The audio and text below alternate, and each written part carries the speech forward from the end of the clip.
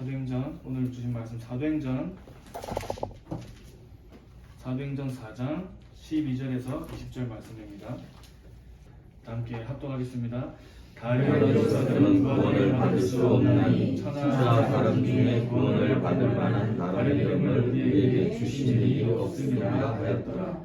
그들이 베드로와 요한이 담대하게 말함을 보고 그들을 본래 학문 없는 범인으로 알다가 이상히 여기며 또 전에 예수와 함께 있던 줄로 알고 또 병난 사람이 그들과 함께 서 있는 것을 보고 비난할 말이 없는지라.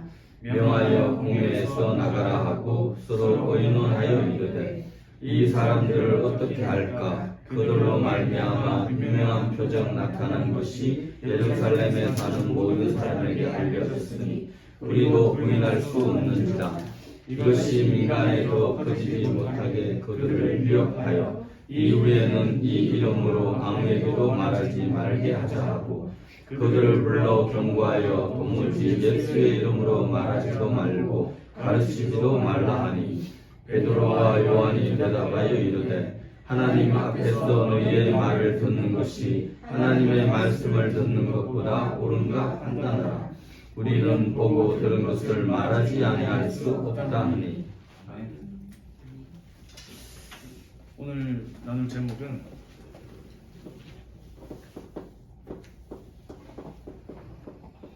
오직의 증인입니다. 하나님이 이제 저와 여러분을 그리스도의 오직의 증인으로 부르신 겁니다. 그래서 베드로가 주는 그리스도시요 살아계신 하나님의 아들이십니다. 이 신앙 고백을 하고 나서 예수님이 베드로를 데리고 가신 곳이 이제 변화산으로 데리고 가신 겁니다. 이 변화산에 데리고 가서 베드로가 본 게 이거죠. 모세하고 엘리야하고 예수님께서 세 명이 같이 있는 거예요.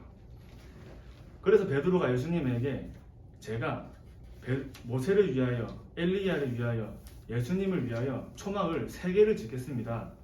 그러니까 예수님께서 베드로에게 모세도 사라지게 하고 엘리야도 사라지게 한 겁니다. 예수님께서 베드로에게 원하시는 것은 예수는 오직이다, 이걸 전달하게 하신 거죠. 그럼 마태복음 17장 8절 말씀에 오직 예수만 남았더라, 이것을 확인하게 하신 겁니다. 오직 예수만 남았더라. 그리고 나서 변화산에서 내려가셨는데 예수님의 제자들이 귀신 들린 사람을 고치지 못해가지고 애쓰고 있는 거예요. 그러니까 예수님이, 제자들이 예수님에게 이렇게 물어보죠. 예수님은 되는데 왜 우리는 안 됩니까? 그러니까 예수님께서 하시는 말씀이 너희의 믿음이 없는 거다. 진짜 이 그리스도의 이름과 예수 그리스도의 이름으로 너희가 현장에 선포할 때 흑암이 무너지고 현장에 살아나는 것을 안 믿는 거다, 이렇게 말씀하십니다. 그러니까 너희의 믿음이 조금만 있어도 산을 옮길 거다. 그래서 그리스도의 이름 안에 들어있는 그 권세와 능력을 사용하시는 현장을 보여주시는 겁니다. 근데도 안 바뀌어요. 그래서 예수님께서 부활하시고 승천하신 뒤에 데리고 가신 곳이 감람산입니다. 여기서 어떤 일이 일어났냐 이거죠. 대체 감람산의 40일 동안 무슨 일이 일어났기에 그렇게 예수님과 함께 다니면서 보고 듣고 체험을 했음에도 불구하고 바뀌지 않는데, 이 감람산을 내려온 뒤에 제자들의 영적인 상태는 완전 달라졌습니다. 생명을 걸었어요. 완전 달라진 겁니다. 본 게 아니라 오직이 내 것이 된 겁니다. 그리고 나서 베드로가 한 곳이 여기입니다. 성전 위문에 앉아있는 안전병이를 만난 거예요. 이때 베드로가 안전병이 한 말이 내게 있는 것을 내게 주노니라고 얘기합니다. 내게 있는 것을 너에게 주겠다 얘기하는 겁니다. 이때부터 그리스도가 그냥 나에게 지식이 아니라, 알고 있는 게 아니라 나에게 오직이 되어서 그 그리스도를 내가 아는 게 아니라 가진 게 된 거죠. 이 그리스도를 가지고 누리게 된 겁니다. 그리고 사도행전 4장 12절에 많은 사람들이 있는 공의 앞에서 천하에 구원받을 만한 다른 이름을 우리에게 주신 적이 없다라는 얘기를 합니다. 여기서 확인할 수 있는 것이 이 베드로가 이제는 그리스도의 유일성을 안 거죠. 완전히 그리스도의 유일성이 자기 것이 된 겁니다. 그래서 오늘 읽은 본문 말씀처럼 20절 말씀에 내가 보고 들은 것을 말하지 않을 수 없다고 얘기하는 겁니다. 본 사람이 말하고 들은 사람이 말하는 거죠. 진짜 나를 위해서 갈보리산에서 물과 피를 흘리시고 부활하시고 승천하신 그 일을 나는 보았다고 말하는 겁니다. 다시 말하면 갈보리산의 예수를 만난 겁니다. 진짜 우리 인생에, 나의 인생에 갈보리산의 그리스도를 만난 겁니다. 그 예수가 내 안에 있는 겁니다. 내 안에. 이 그리스도가 내 안에 있기 때문에 저 여러분은 오직을 가진 자죠. 오직을 가진 자. 그래서 베드로가 얘기한 것처럼 내게 있는 것을 너에게 줄 수 있는 겁니다. 가진 사람이 누릴 수 있는 거죠. 가진 사람. 제가 이제 많이 비유를 드는 것 중에 우리가 아무리 좋은 집을 살고 좋은 집을 알고 좋은 차를 알아도 내가 가지고 있지 못하는 것에는 소용이 없는 겁니다. 아무리 좋은 차를 알아도 내가 가지고 있지 못하면 상관없는 거예요. 나랑 상관없는 겁니다. 비싼 차 제네시스가 좋고 벤츠가 좋아도 내가 가지고 있어야 시동도 걸고 가지고 있어야 타고 드라이브도 다니고 하는 거죠. 그래서 진짜 이 그리스도를 내가 아는 게 아니라 가지는 겁니다. 가지는 거. 그래서 하나님께서 현장을 보여주신 겁니다. 현장을. 가져야지 누릴 수 있는 겁니다.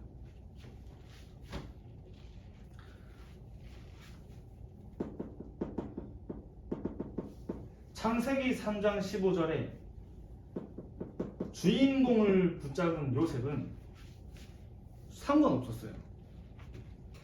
이제 감옥을 가도 상관이 없었던 겁니다.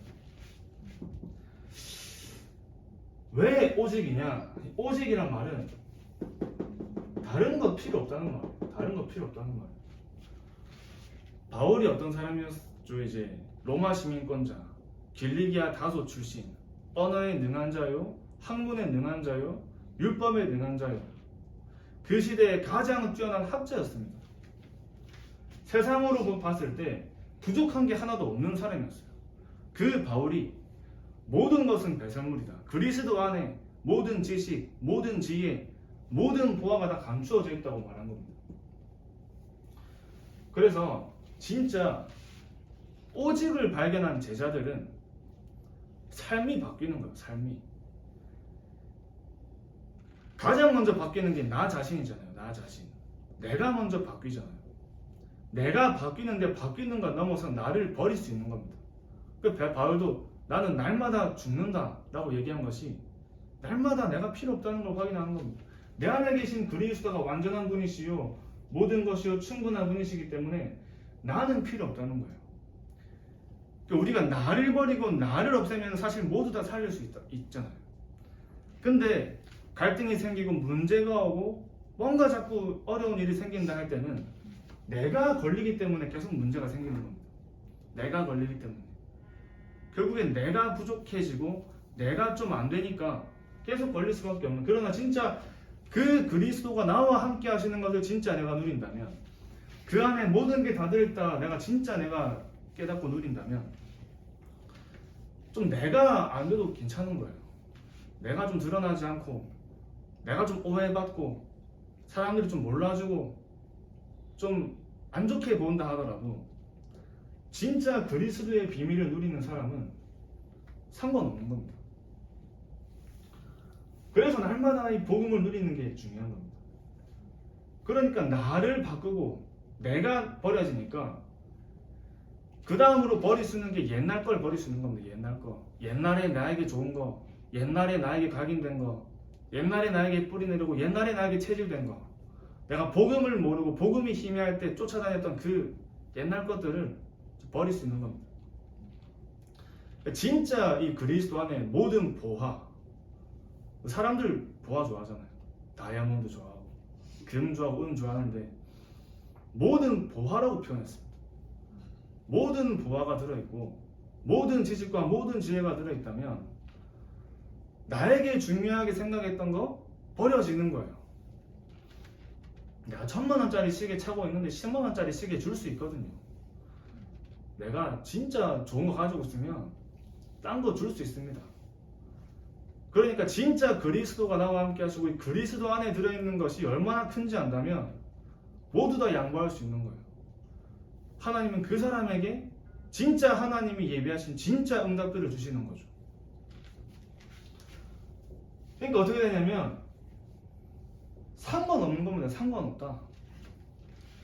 상관없는 상태가 되는 겁니다. 상관없는 상태. 그래서 진짜 오직을 누리는 사람은 상관없는 상태로 가는 겁니다. 여러 가지 문제 상관없다가 되는 거예요. 그래서 그 비밀을 누리고 창세기 3장 15절의 주인공을 가졌던 그 언약을 붙잡았던 요셉은 노예로 가도 상관이 없고 감옥으로 가도 상관없었습니다. 출애굽기 3장 18절에 피언약의 주인공을 붙잡은 모세는 이 모세, 여수와 갈렙은 상관없었습니다. 홍해도 상관없고 여리고도 상관없고 요단도 상관없었어요. 이사야 7장 14절 임마누엘의 주인공을 붙잡은 다니엘도 보세요. 다니엘. 내가 사자굴에 들어가도 상관없는 겁니다. 전에 하던 대로 하루 3번 예루살렘을 향해 창문을 열고 기도할 수 있었던 이유가 상관없는 거죠.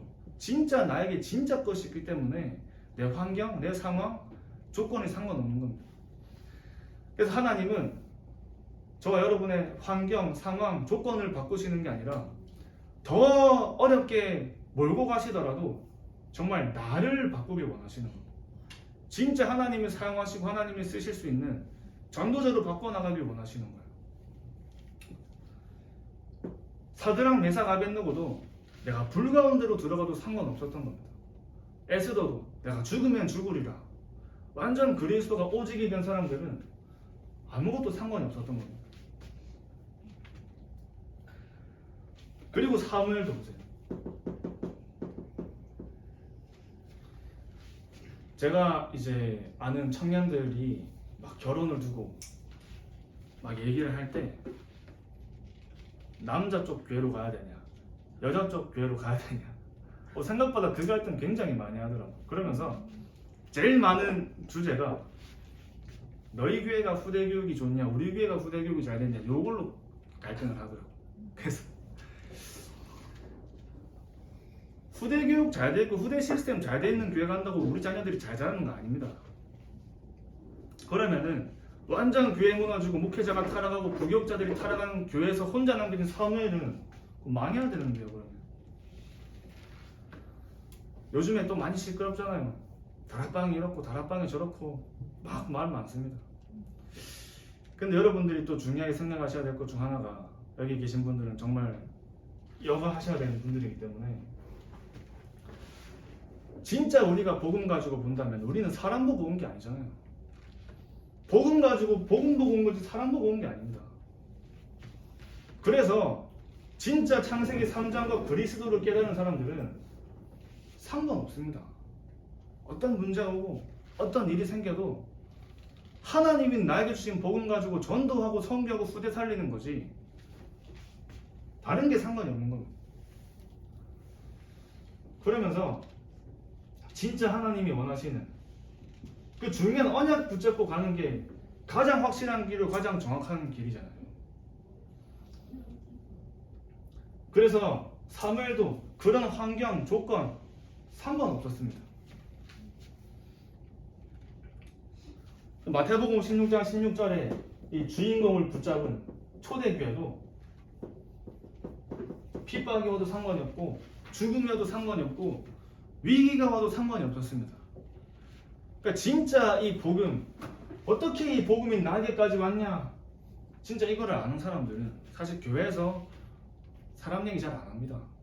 이 사람이 얼마나 소중한지 알고, 어떻게 이 사람이 여기 교회에 와가지고 복음을 듣고 하나님이 살리시고 내 옆에 이렇게 있게 하셨는지 그 소중함을 알지.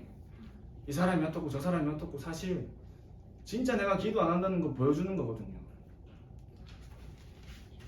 초대교회는 보자마자 끌어안고 꿇었잖아요. 네가 아직도 살아있었냐. 하루하루가 그렇게 된 거예요. 바울도 그 어떤 상황, 조건, 상관없었습니다. 나의 달려갈 길과 주 예수께 받은 사명, 이 복음을 증거하는 일에는 나의 생명도 귀한 것으로 여기지 않는다. 생명도 걸었습니다. 진짜 무서운 사람이 내일이 없는 사람이 무섭잖아요. 그 더 무서운 사람은 복음에 생명 건 사람이 더 무섭습니다. 사단이 막을 수 없어요. 사단이 얼마나 이 전도를 싫어하냐면 2, 3, 7, 5천 종족의 메시지가 나오기 시작할 때부터 공격하기 시작한 거예요. 그때가 2019년도인데 2019년도부터 말이 나오기 시작하더니 지금 그 말들이 굉장히 막 확산되면서 교회를 어지럽게 하는데, 복음 전하시는 전도자분들은 아시는 겁니다. 2, 3, 7, 5천 종족 메시지가 나오기 시작할 때부터 그런 일들이 일어나는 거예요. 시작된 겁니다. 그러니까 사단이 얼마나 이걸 방해하려고 하는지 아시겠죠? 저와 여러분이 진짜 이 복음 가지고 전도하고 선교하려면은 사단이 가만히 안 있습니다. 가정에 어렵게 만들고, 내 영적 문제 드러나게 만들고, 내 수능 문제 드러나게 만들어서 어떻게든 막으려 하지만 떠들려면 걱정하더라고. 나는 그러면 문제에 걸려가지고 어떡하냐. 걱정을 많이 하는데, 칼을 가지고 지금 나무젓가락 들고 있는 사람과 싸우는데 내가 지면 어떡하지 하는 걱정하고 똑같은 거 아니에요. 십자가에서 모든 문제 해결하신 그 참된 왕 되신 그리스도가 나와 함께 하시고 사단을 멸하신 그리스도가 나와 함께 하신다면, 그리스도 붙잡고 누린다면 아무리 사단이 공격하고 속이려고 하더라도 그 뒤에는 더 큰 응답이 오는 겁니다. 저 어떤 면에서 문제, 위기, 갈등, 하나님이 하시는 일 속에 문제 와야 됩니다. 하나님이 하시는 일 속에 갈등 와야 돼요. 그래야 증거가 생길 거 아닙니까? 증거가 있어야 증인이잖아요. 너무 편안하게 살고 너무 편안하게 내가 인도받아가지고, 죄송하지만 증인으로 서기 좀 힘듭니다.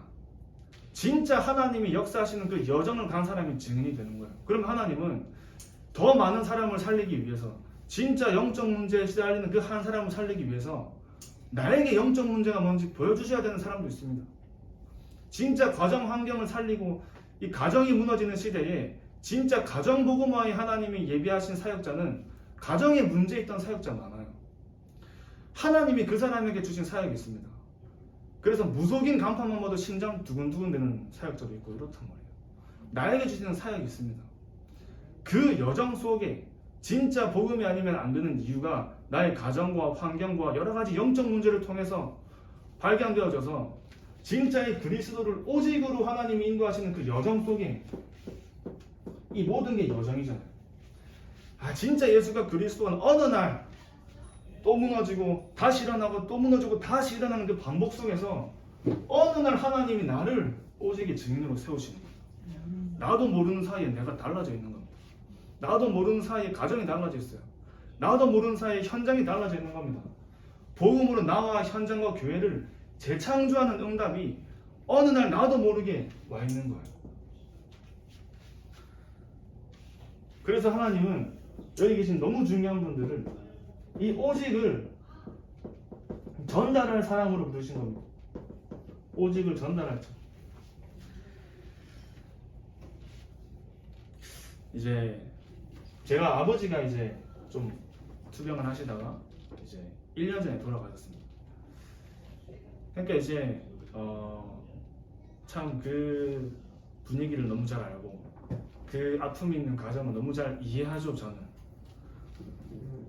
근데 이제 그래서 아버지가 돌아가시기 직전에 감사하게 또 이렇게 얘기할 수 있는 시간이 있었어요. 응급실에서. 그래서 이제 의사는 마음의 준비를 해라, 이런 상황 속에 이제 아버지하고 이렇게 얘기를 하는데, 저는 죽을 때까지 그 말을 못 잊을 것 같습니다. 얼마 전에 다른 지역에서 아버지가 맡으신 권역으로 이제 새로운 새신자가 왔는데 저에게 다른 얘기 안 하셨으면 저에게 뭐 복음운동 해라, 전도운동 해라 이런 얘기 안 하셨어요. 그럼 제가 했고, 다른 지역에서 우리 권역으로 새신자 있는데 우리 권역 식구들이 얼굴 알아야 되고 이름 알아야 되니까 방에 사진 올려라, 그 새로운 사람 사진 올려가지고 식구들 알게 해라, 권역 식구들. 그 얘기가 마지막 얘기였어요. 그 마지막 한순간까지도 진짜 한 사람, 한 영혼, 그 영혼을 가지고 가시는 거예요.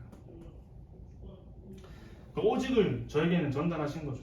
죽는 그날까지 한 영혼을, 한 영혼, 내게 주신 한 영혼, 내게 주신 그 한 현장, 생명 거는 겁니다. 우리의 마무리는 그거잖아요.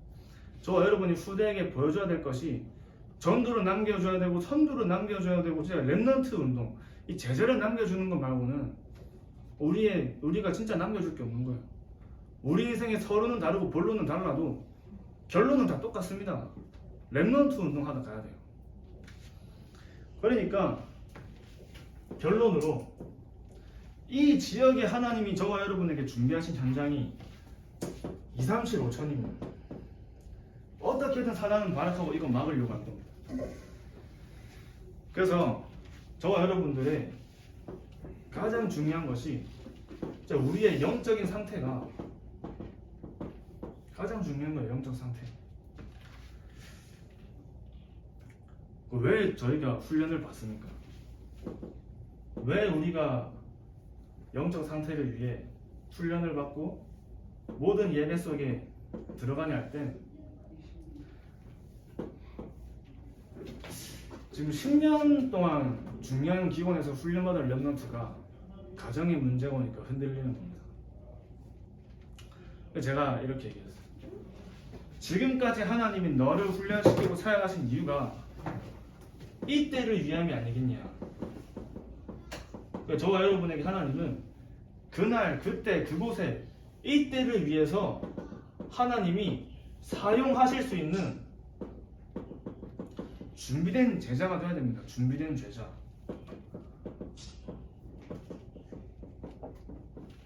그래서 훈련받고 진짜 저와 여러분이 예배에 생명 거는 거죠. 그때 우리 영적 상태가 달라지잖아요. 진짜 하나님이 필요한 현장에, 진짜 하나님이 필요한 시간표에, 진짜 하나님이 필요한 때에 하나님 저를 사용하실 수 있는, 저를 사용하시옵소서, 저를 보내시옵소서라고 얘기할 수 있는 준비된 제자로 준비되는 겁니다. 세워지고 있는 거죠. 그래서 진짜 이것을 두고 우리 뭘 회복하냐면 다 하고 계시겠지만 사모늘입니다. 사모늘. 결국 저와 여러분들의 삶이 또 바뀌고 치유되는 가장 확실한 방법이 사모늘인데, 이것을 가지고 이제는 우리에 계신 분들하고 단톡방을 만들어 가지고 이제 체크 개념이 아니라 함께 집중하는 거예요. 함께 집중. 그러면서 사모를 하고 각자 편하신 방법 있으면 그걸로 하셔도 괜찮습니다. 저는 이렇게 하겠습니다. 사모를 하고 구원의 길로 내가 복음을 누리고, 또 다른 사람 전도 대상자를 두고 구원의 길을 하면서 이제 각자 복음 누리는 방법이 있으시면 그걸로 하시면 됩니다. 그래서 저는 구원의 길 가지고 해왔기 때문에, 그래서 이 집중을 40일 동안 같이 하는 거죠. 사실 이제 우리가 그 밖에 나가는 캠프가 너무 중요한데, 사실 그거를 또 좀 다른 용어로 표현하면 도전하는 전도가 캠프였잖아요. 근데 바울이 했던 캠프는 그냥 나간 게 아니라 되어지는 전도의 시간표 속에 있는 사람들과 도전하는 전도를 간 거예요. 그러니까 우리 개인에게 전도에는 3가지 시간표가 있습니다. 첫 번째는 확인하는 전도죠. 열매가 중요한 게 아니라 진짜 사람이 복음으로 살아나는구나, 진짜 하나님이 현장에 영혼을 예배해 주셨구나를 확인하는 겁니다. 그리고 나서 아 진짜 하나님이 하시는 전도 속에 내가 있어야겠구나라고 해서 사문으로도 시작하고 또 구원의 길도 부려보면서 나의 복음과 말씀과 기도의 개인화 속에서 되어지는 전도가 시작되는 거죠. 그러면서 이제 되어지는 전도의 시간표 속에 있는 사람들하고 같이 캠프를 나가는 도전하는 전도가 바울이 했던 캠프입니다. 그래서 성경에 나와 있는 캠프예요. 그래서 우리가 너무 현장이 중요하지만 하나님은 밖의 현장보다 더 중요한 것이 여기 계신 여러분들이기 때문에 우리가 먼저 40일 집중 속에 진짜 우리의 영적 상태를 바꾸는 도전 속에서 하나님의 인도를 보는 역사를 따라가는 겁니다. 하나님의 인도가 보이는데 내 생각 필요 없잖아요. 하나님이 인도하시는 게 보이는데 내 기준이 필요 없는 겁니다. 하나님의 인도가 보이는데 내 선택이 필요 없고 내 방법이 필요 없는 거죠.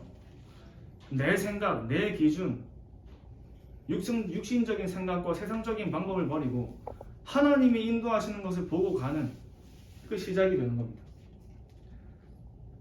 진짜 예수의 이름이 가진 능력으로 만물을 복종케 하는 그 이름에 그 그리스도의 유일성을 가지고 유일한 응답과 유일한 증거를 가지는 현장에서 또 증인으로 세워지시도록 기도하겠습니다.